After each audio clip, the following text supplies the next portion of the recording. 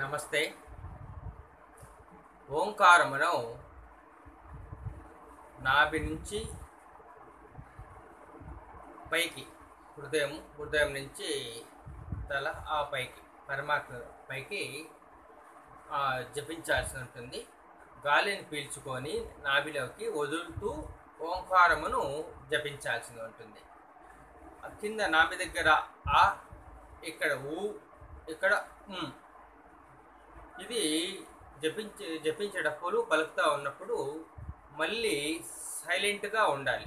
ఈ సైలెంట్ ఓంకు మధ్యలో గ్యాప్ ఎంత ఉంటుందో మీరు అంతగా దేవుని యొక్క శక్తి మీరు తీసుకుంటూ ఉంటారు. ప్లస్ అదే విధముగా మీరు దేవునితోనూ ఏకమై ఉంటారు. ఈ ఓంకారానికి మధ్యలో గ్యాప్ ఎప్పుడు ఉండే కొద్దీ మీరు నిశ్చల స్థితి సమాధి స్థితులకి వెళ్ళే అవకాశాలు ఎక్కువగా ఉంటాయన్నమాట.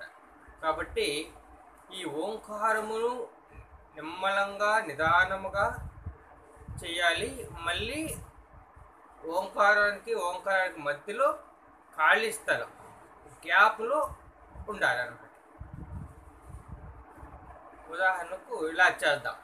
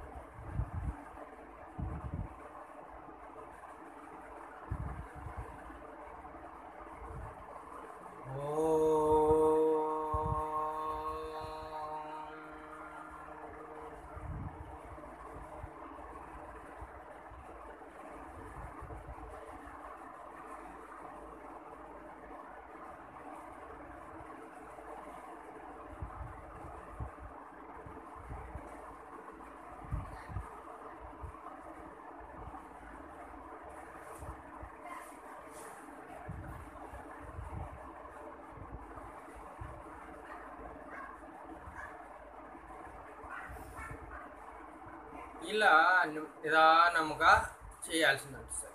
ఓంకారం చెప్పిన తర్వాత మీరు ఎంతసేపు కాబట్టి అంతసేపు సైలెంట్గా ఉండాలి. ఎంత సైలెంట్గా మీరు మీ ఆలోచనలన్నిటిని వదిలేయడం మొదలు పెడతారో మీరు నిర్మలమైన స్థితికి వస్తారు. ఎటువంటి ఆలోచన లేని స్థితిలో మీరు ఉంటారన్నమాట. అప్పుడు మీకు తెలియకుండానే ఆ దైవశక్తి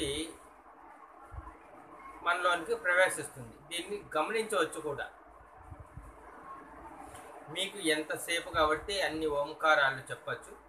కొందరు ఆ ఊ ఓంతో చేస్తారు, కొందరు ఓ ఊ ఊంతో ఒకటి చేస్తారు, అంటే ఓం చేస్తారు, కొందరు ఆ ఊం అని చేస్తారు. అది మీ ఇష్టం. ఆ ఊం అంటే 3 చోట్లగా పలుకుతుంది. ఓం అని ఓమే ఫస్ట్ నుంచి లాస్ట్ వరకు పలకడం వల్ల కూడా మంచిది. కాకపోతే ఈ నాభి దగ్గర ఎక్కువగా పలకదనమాట ఓం అనేది. ఆ ఊం ఈ 3 అక్షరాలు కలిపితే ఓం. కాబట్టి మీరు ఓంకారమును చేయండి ప్రతిరోజు. మీరు భగవంతుని యొక్క దీవెనలు, ఆశలను, ఆయన యొక్క శక్తిని తీసుకోండి. ఆయన హృదయములో స్థానం సంపాదించండి.